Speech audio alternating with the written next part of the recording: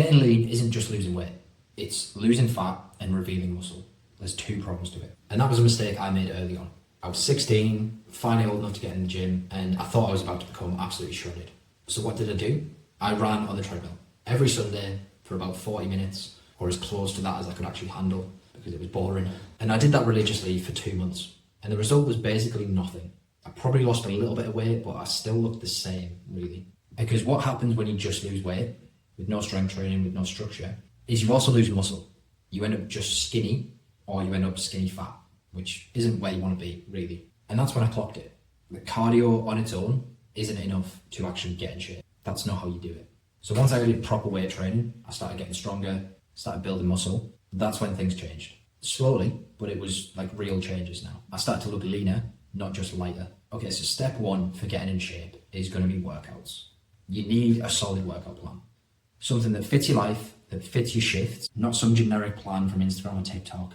And you could do push-pull legs. Everyone's got a mate doing that, and that's what all the bodybuilders do, so surely that's the obvious choice, right? And back in the day, that's what my brother was doing, so I just copied him, obviously. And over time, I thought I'd found a way to game the system. If I started doing push-pull legs twice a week instead of once, I would surely make twice the gains.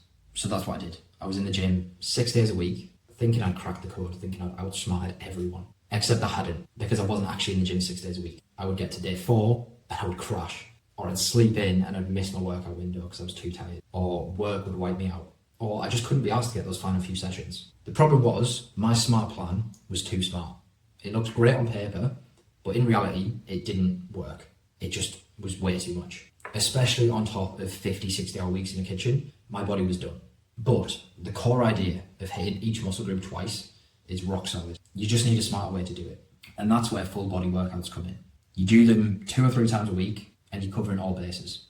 Every muscle group is getting hit 2 or 3 times a week, which is perfect for muscle growth. And when I switched to that after doing push-pull legs for years, my progress really took off. It exploded. It was more manageable, it was easier to recover from, and it actually fit into my week, like easily. I could train on my 2 days off and I would squeeze a third onto like an easier work day. And there we go, 3 sessions each week. I didn't need to live in the gym. I didn't destroy myself every session. If you stick around to the end, I'll show you how to actually put these workouts together and get an effective plan in place.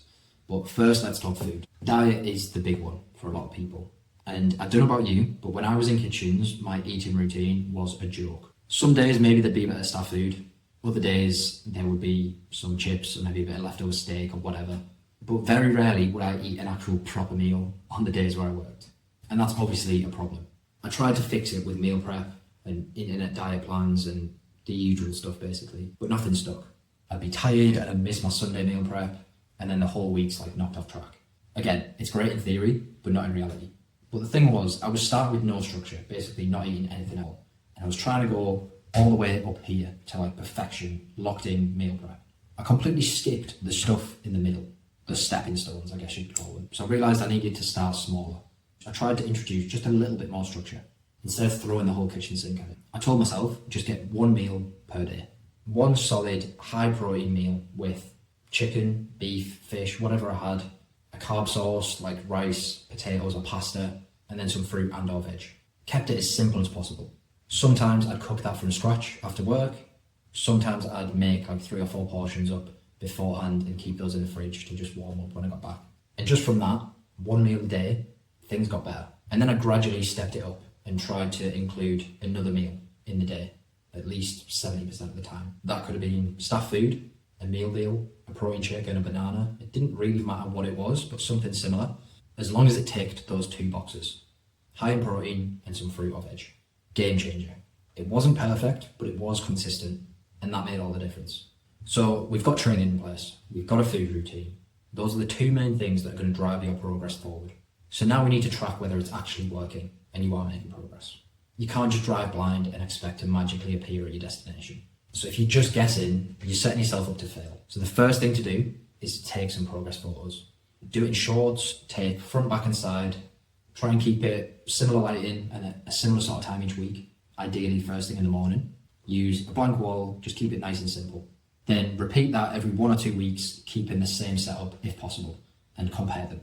Look at week 1 compared to week 2 or week 3. You could probably just do that and you'd be fine. But I prefer a two-pronged approach, which means also weighing yourself every day. Again, first thing in the morning before you've eaten anything, keeps it consistent and it keeps it reliable. Write that down and keep track of it. Then you average those 7 numbers each week to give you your golden metric, your weekly average body weight. If that's moving down, perfect, you're losing weight. If it's the same, you might want to have a look at the photos and see if there's any differences there. Because sometimes the visuals tell a different story to what the scales are saying, which is why we do both. But if nothing's changing and the scale isn't budging, then it's time for step 4, making adjustments. If the data is showing no progress, you don't just keep going and hope that it's going to start working at some point, because it's not. That's what I did when I was 15, taking up running and hoping for a 6-pack. But I did nothing to check if it was actually working. I just ran and guessed. And after 2 weeks of no visible progress, my motivation died, the runs got hard, so I quit. But if I'd taken photos, if I'd weighed myself regularly and actually seen some progress, it might have given me the motivation to keep at it and the push to stick it out. Who knows, maybe now I'd have been a runner instead of a gym rat with an average physique, but yeah, we move. Anyway, if no visual progress is happening and the scales aren't moving, then to keep doing the same thing and expect something to change is delusional. We need to change something, and that could either be eating less food or moving more to burn more calories. Let's break those down. Option 1, eating less. You want to start by standardizing your portions as much as you can. So instead of just freestyling your meals and eyeballing the amounts of chicken and rice and pasta and whatever you're having, you want to use hand-based portions. So it could be a fist-sized amount of rice on your plate, or a hand-sized amount of chicken breast or steak or mince or whatever it is.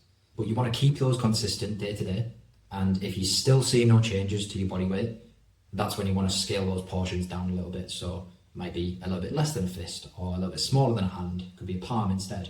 Or if you want more precision and more control over this, you could start weighing your food out and tracking it with an app like MyFitnessPal. That gives you 100% control, 100% precision over exactly how many calories you're eating. You can then adjust those down by 100 or 200 at a time to make sure that you are making progress and you are losing weight.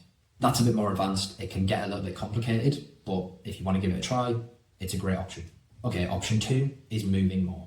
This one's easy. It's pretty self-explanatory. You could add more daily steps by walking more. Instead of doing 10,000 steps a day, you might do 12,000 or 15,000 just to burn more calories essentially. Or the other way to do it is to add in some cardio. Maybe just 15 minutes on the Stairmaster or on the incline treadmill after you finish your workout. Start with a standardized amount again, maybe 30 minutes across the week. And then if it's still not working, you can step that up to 45 or an hour, and you gradually increment it up until you are losing weight and making progress. You want to do just enough to burn enough calories to keep things moving without affecting your recovery. So that's the blueprint. Workouts you can stick to, nutrition that fits your week, a way to track your progress, and a system to adjust when things stall. Do that consistently for 3 months. You could drop about 10 or 12 kilos. That's almost 2 stone.